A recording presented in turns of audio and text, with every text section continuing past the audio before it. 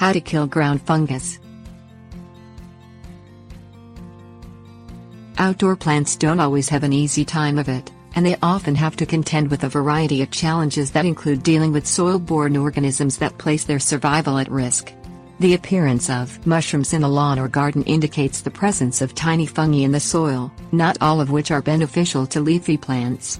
You should suspect fungal disease in your outdoor plants when they start to show foliage discoloration, exhibit white or black mold-like growth on their leaves and stems, or wilt, fall over and die.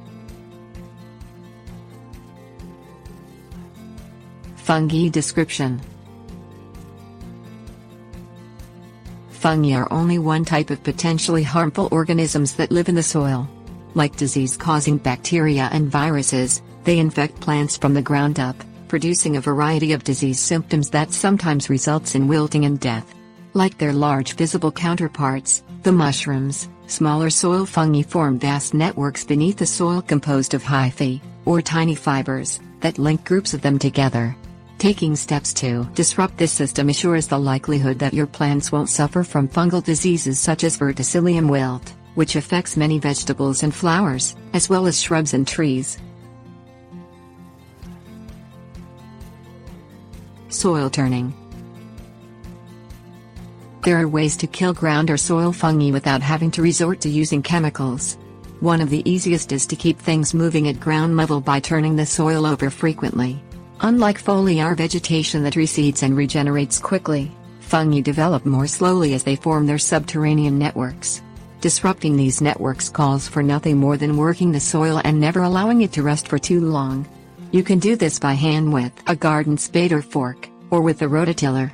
Cultivating between plants and plant rows also greatly reduces the likelihood that fungi will take hold as it continuously exposes the soil to the sunlight.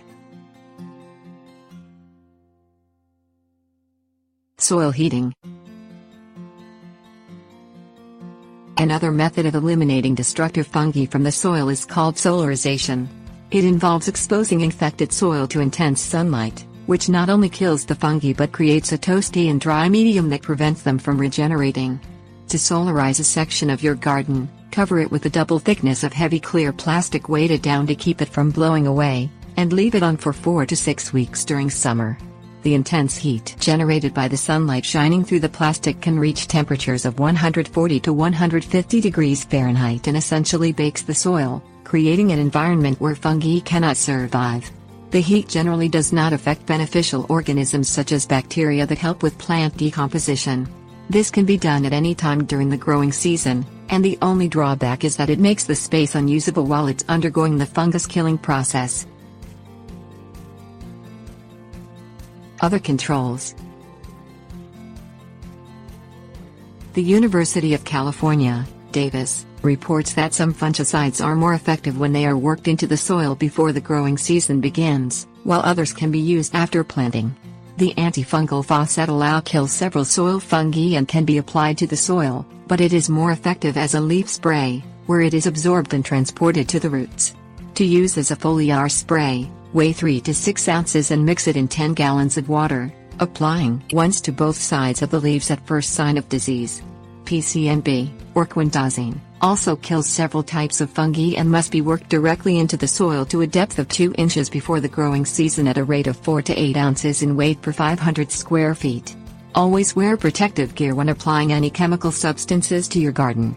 The gear should include gloves, eye protection and, if necessary, a filter mask.